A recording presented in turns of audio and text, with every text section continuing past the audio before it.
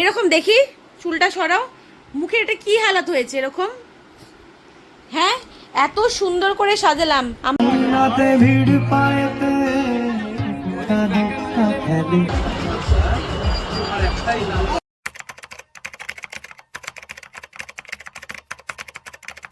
Hello, good morning guys, welcome back to the mommy's world with a brand new blog.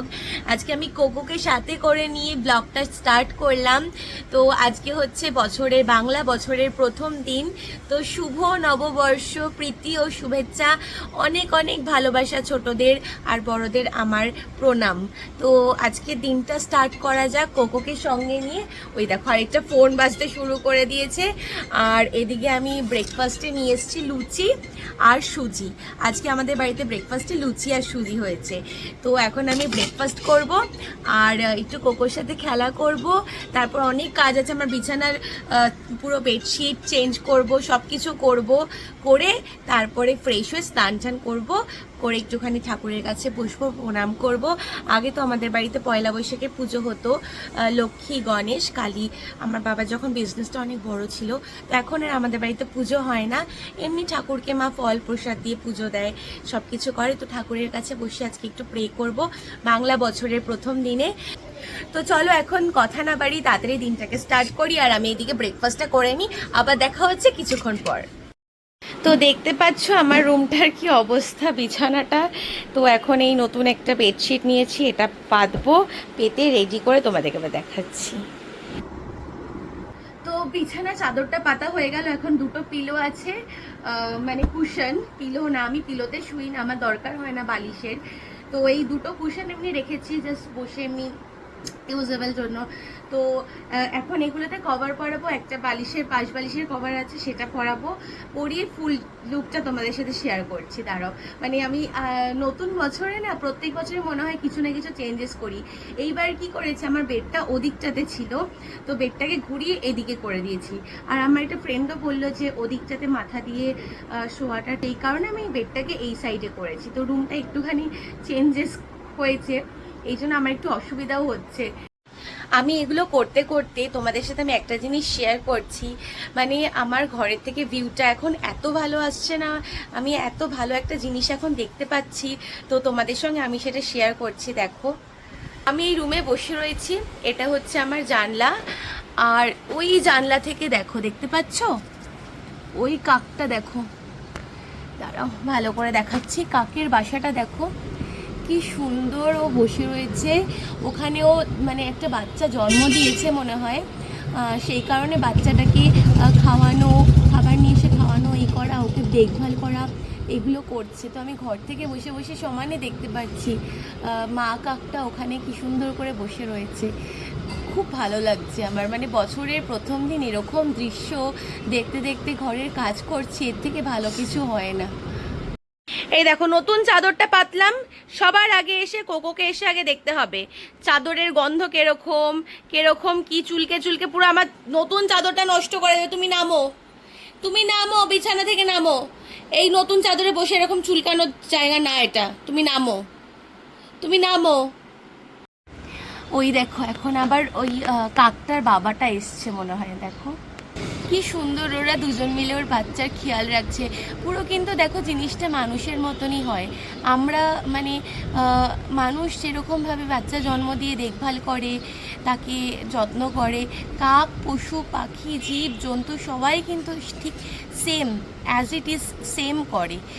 তো তাদেরটা আমরা দেখতে পাই না, বাট আমি দেখতে পাচ্ছি ওদেরকে কি সুন্দর করে। দেখো একজন হচ্ছে মা, একজন হচ্ছে বাবা, আর ওখানে বাচ্চা রয়েছে, বাচ্চাটার খেয়াল রাখছে।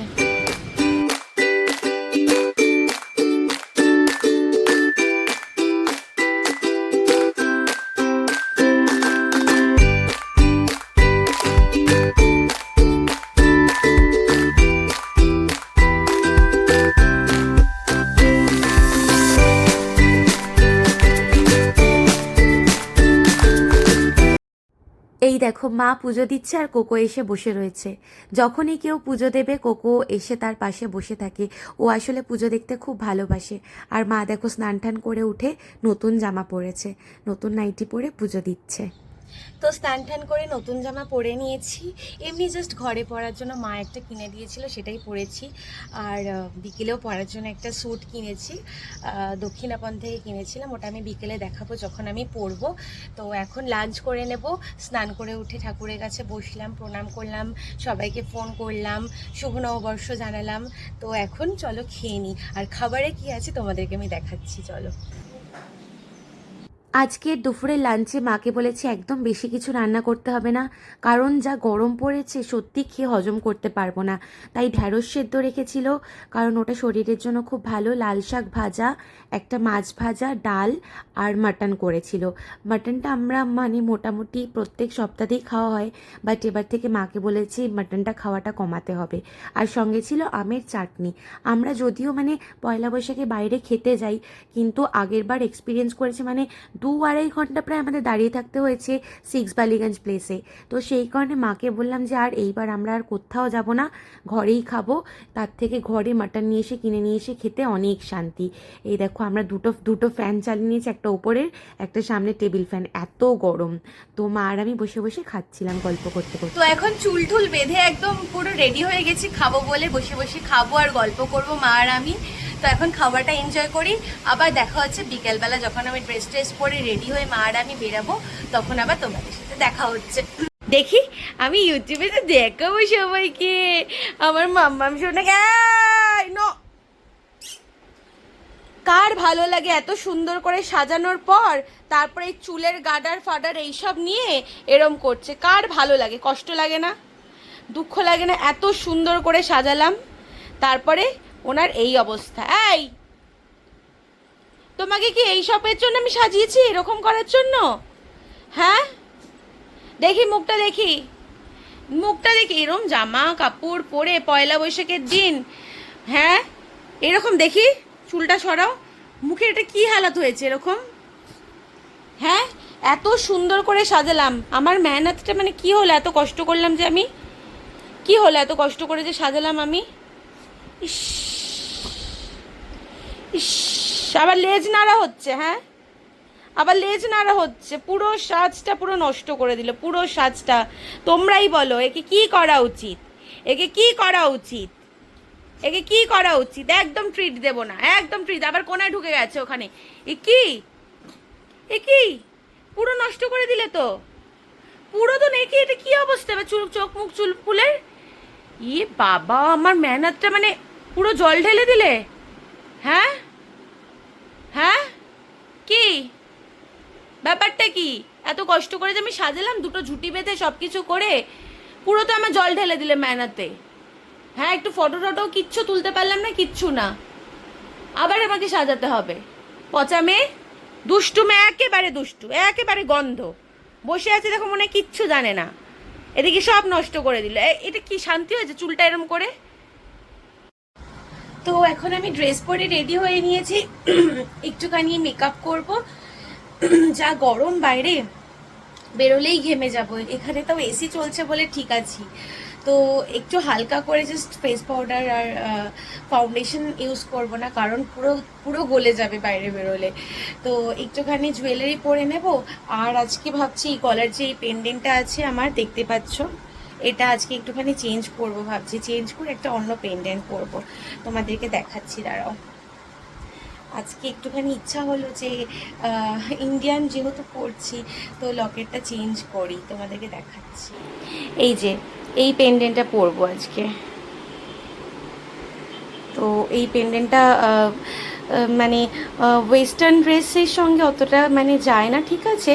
আর আজকে যেহেতু আমি ইন্ডিয়ান পরছি, সেই কারণে ভাবলাম যে এই পেন্ডেন্টটা ইন্ডিয়ান ড্রেসের সাথে খুব বেশি রকম যায়, তাই জন্য ভাবলাম যে আজকে চেঞ্জ করি পেন্ডেন্টটা। এখন মা রেডি হচ্ছে, আমি ওপর থেকে রেডি হয়ে নিচে চলে এসেছি। মা বলে যে তোর জন্য সবসময় রেডি হয়ে বসে থাকতে হয়, ভাল লাগে না, এই জন্য মা আজকে লেট করে রেডি হচ্ছে, কারণ যাতে আমার জন্য রেডি হয়ে বসে থাকতে না হয়। আলাম যে ঠিক আছে, তুমি দেরি করেই করো, কারণ আমার তো দেরি হয়। আর এখানে একটু কোকোকে নিয়ে ফটো টটো তুললাম। ওকে তো সাজিয়েছিলাম কত সুন্দর করে, দেখতেই পারলে। ও সব চুল টুল সব নষ্ট করে দিয়েছে, আর যেরকম আছে সেরকমভাবে একটু কটা ফটো তুললাম। কাম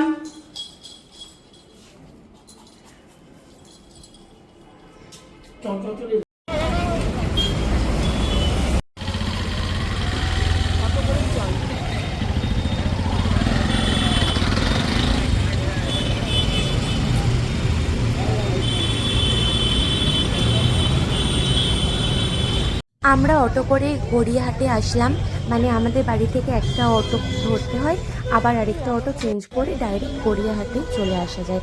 তো গড়িয়াহাটে অটো যেখানে নামায় ওখান থেকে কিছুটা হেঁটে গড়িয়াহাট মোড় অবধি যেতে হচ্ছে, কারণ সোনার দোকানটা ওখানেই যেখানে আমরা যাব। ওখানে যাওয়ার সঙ্গে সঙ্গে ওখানে মাজা খেতে দিয়েছে। মাজা খেতে খেতে কিছু গোল্ড জুয়েলারি দেখছিলাম। এই দোকানটাতে খুব হালকা ওজনের মধ্যে খুব সুন্দর সুন্দর ডিজাইনের জুয়েলারি পাওয়া যায়। এই সীতাহারটা তো আমার খুব ভালো লাগছিল, খুবই অল্প লাইট ওয়েটের মধ্যে ছিল। চলো, পয়সা লাগবে আমার। তো আমাদের সমস্ত কিছু হয়ে গেল, হালখাতা, সোনার দোকানে ঘোরা, সব কিছু হয়ে গেল। এবার মা এখান থেকে চলে যাবে বাড়িতে, আর আমি যাব আমার ফ্রেন্ডের সাথে একটুখানি ঘুরতে।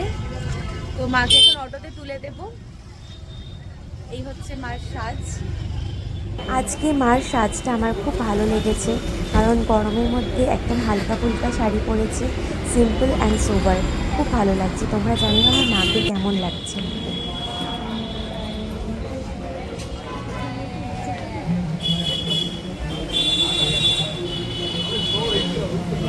ঈশিতা আমাকে 1 ঘন্টা দাঁড় করানোর পর এতক্ষণে আসলো।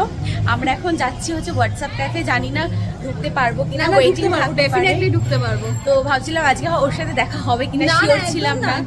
তো দেখা হয়ে গেল। এবার চলো, এবার যাওয়া যাক উপরে, অনেক লেট হয়ে গেছে।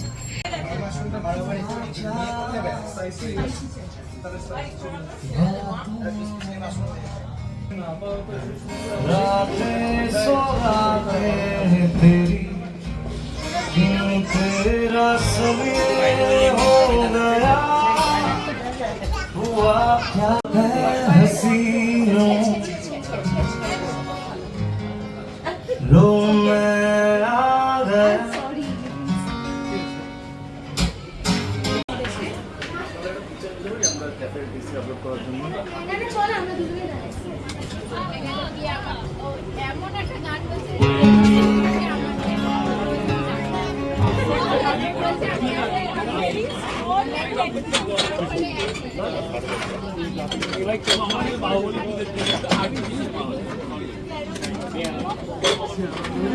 ভিড় পায়েতে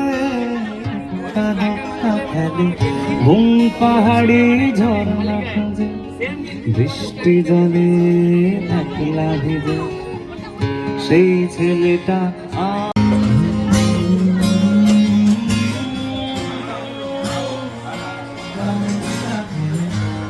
পাহাড়ি ঝর্ণা খুঁজে, বৃষ্টি জলে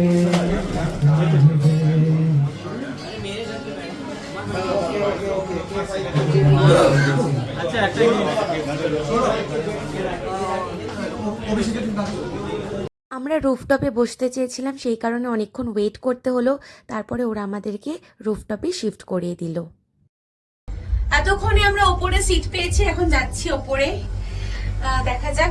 নিচে তো খাবার অর্ডার করে দিয়েছিলাম। আমার মুখ পুরো এক্সস্টেড লাগছে guys, please ignore my face. আমি অনেক আগে বেরিয়েছি। আমি না, খুব ভালো লাগছে, যথেষ্ট ভালো লাগছে, খুব সুন্দর লাগছে। আমি নিজেই তো নিজেকে চল এখন বেরোই আমরা। অ্যাকচুয়ালি আমরা এসেছিও অনেক লেট করে হোয়াটসঅ্যাপ ক্যাফেতে, আর ওপরে সিটটাও পেলাম অনেক লেট করে। তখন তো লাইফ ব্যান্ড প্রায় শেষই হয়ে গেছিলো, বাট যেই জায়গাটায় সিটটা পেয়েছি, বাইরের ভিউটা দেখতেই পাচ্ছ কতটা সুন্দর, খুব ভালো লেগেছে। আমাদের যেটা চেয়েছিলাম সেখানেই সিটটা পেয়েছি। তার অবস্থা দেখো, এদিকে খেলা দেখছে ফোনের মধ্যে, এখানে ফোনে খেলা দেখছে আর টেনশনে ভুগছে। এদিকে ঘুরতে এসে এইসব করছে, আমার ফটো তুলে দিচ্ছে না ভালো করে। কি হয়েছে? উইকেট রোহিত শর্মা উন্নতি লক্ষ্য কি অবস্থা, আপনারা দেখুন ওকে, মনে হচ্ছে কি না কি হয়ে ঝাঁপ দেবে, একটু আগে মনে হচ্ছিল ঝাঁপ দেবে এখান থেকে। আর চারিদিকটাই সব খোলামেলা অবস্থা। হ্যাঁ, আমি ভাবছি ওকে নিয়ে আমি কি করব। রুফটপে বসেছি আমরা, ওই যে ঠাকুর দেখতে শুরু করে দিয়েছে এখন। অবস্থা ভগবান। আর আমার অবস্থা দেখুন, এখনো অবধি একটা ভালো করে ফটো তুলতে পারিনি মন মতো, কোনো রিলসও করতে পারিনি।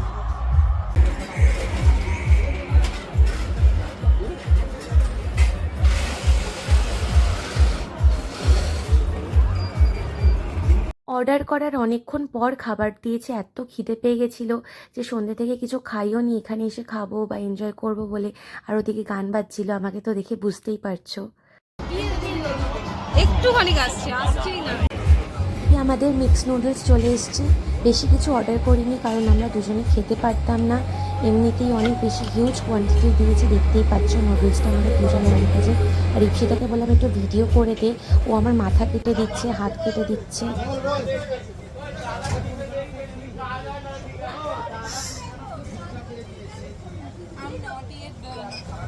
হোয়াটসঅ্যাপ ক্যাফের লাস্ট অর্ডার থাকে 11টায়, আর 12টায় পুরোপুরি ক্লোজ হয়ে যায়। তো অলমোস্ট পুরো ক্লোজ হয়ে গেছিলো, পুরো খালি হয়ে গেছিলো, দেখতেই পাচ্ছ। আমি তোমাদেরকে এখান থেকে একটুখানি ভিউটা দেখাবো বলে আসলাম। এখান থেকে এত সুন্দর হাওয়া চলছিল না, মানে বাইরে যতটা গরম লাগছিল নিচে, তার থেকে এখানে বসে অনেক বেশি আরাম, অনেক ভালো হাওয়া চলছিল। সবাই বেরিয়ে গেছে, পুরো ফাঁকা, এখন আমরা যাচ্ছি, একটা মানুষ নেই। আমরা হচ্ছে অলওয়েজ লেট লতিফ। তাড়াতাড়ি এখন বেরিয়ে যাই, দেখি আমরা গাড়ি পাই না। হ্যাঁ, ওটা লাস্টে করছি ভাই, বেরিয়ে যাওয়ার সময়। চল এখন বেরোই তাড়াতাড়ি। এই যে একটা মানুষ নেই, পুরো ফাঁকা। তুই আমাকে আমি যখন নামবো হ্যাঁ, আমরা বাড়ি যাওয়ার জন্য বেরিয়ে গেছি, এখন ক্যাবের জন্য ওয়েট করছি। বাট আমার ফোনে একদম চার্জ নেই, সেই কারণে ভাবলাম যে আমরা লাস্ট মানে বলে নিই, তারপর আবার বাড়িতে গিয়ে দেখা করছি।